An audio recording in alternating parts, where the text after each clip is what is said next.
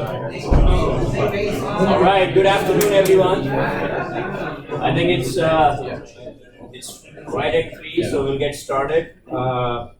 So just making sure you guys are in the traffic operations track 160, how to use Google Travel Time Data Tool. My name is Hardik Shah with American Structure Point, and we have Xinbo, me with Evansville NPO. He's going to give this talk. He had his Master's of Science in Aerospace Engineering from Purdue University, and he has been working with Evansville NPO for last couple years. And his background is transportation engineering, travel demand modeling, and traffic analysis. So with that, I will let Xinbo talk about how to use Google data, travel time data. Okay, thank you for introduction. Good afternoon, everyone. Welcome to my talk show. Excuse me. Welcome to my presentation. Again, my name is Xinbo Mi, and I'm a transportation engineer at Evansville MCO. And it's always a pleasure for me to come back to Purdue because I graduated from here 2 years ago. And I have a picture of me at that time. Oh man, what a good looking guy. Doesn't change much, does it? But still very cute. All right. Today we're going to talk about how to use a tool from Google to get travel time data. And the data we're going to talk about today does not refer to a huge data set. And instead, we will be just focusing on specific pairs of origins and destinations. Namely, how many seconds it takes us to travel from one location to another in average in a specific time of day. Okay? I will give you a more comprehensive example. More comprehensive example later on, so don't worry at this time. Okay? All right. Let's get started with the slides. First of all, I must demonstrate that I did not receive a $1 sponsorship from Google. So I made it logo very, very tiny at the right bottom. And instead, I made our MPO's logo much bigger at the left up column. And if my boss is willing to pay me 6 digits a year, I'll make it even bigger. Okay, let's get started. Chapter 1, background.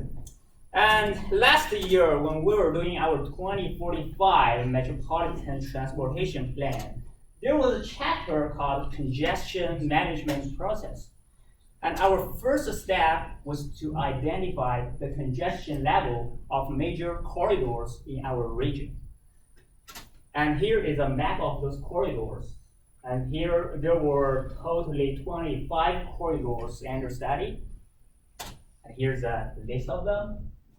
And in order to know how congested those corridors are, we need to have performance measure for congestion level.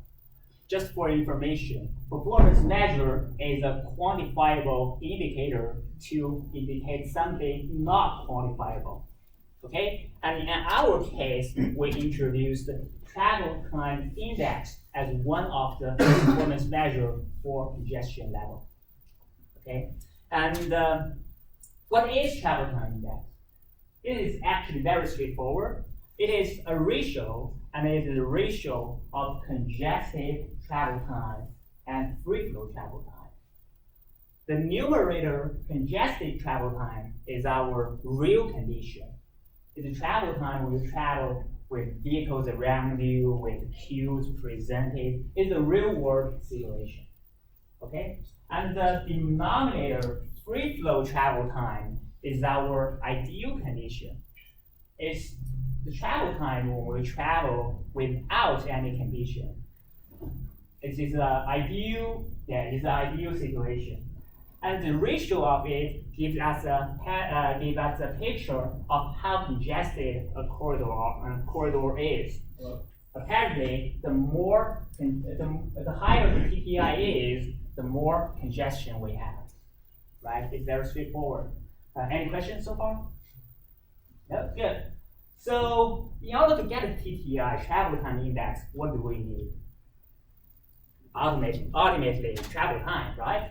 So that's the background. That's why we need travel time. And now, let's get a little bit deeper how to get travel time data. Okay, and I'll start with the old way our Evansville MTO was using. And we used to have a staff member driving a van with onboard equipment, recording the time, the location while he was driving the vehicle. And then he took the raw data back and post-process it to get the travel time numbers we want. And it was a lot of work. And this is a staff member who was doing this study, and his name is Amir Roshushi. And I will call this old drive by self method Amir driving method in the rest of my presentation, just to make him famous. And he said this letter size is too small, and he asked me to make it larger. That's good enough. Okay, Amir driving method, keep that in mind. And when he was doing this study, he drove 2 peaks per corridor, morning peak and afternoon peak. And for each peak, he had to drive 6 times to get an averaged travel time number. So again, he drove 6 times per peak, 2 peaks per corridor, and there were 25 corridors in total.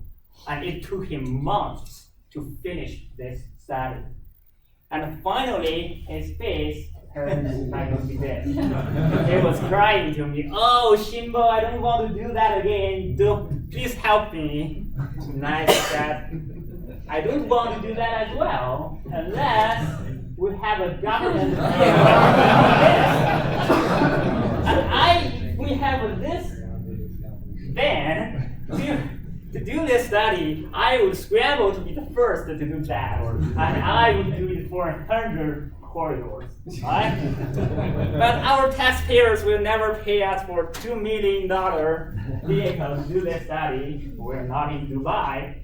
So we have to figure out an easier alternative to get travel time data. All right? Any questions so far?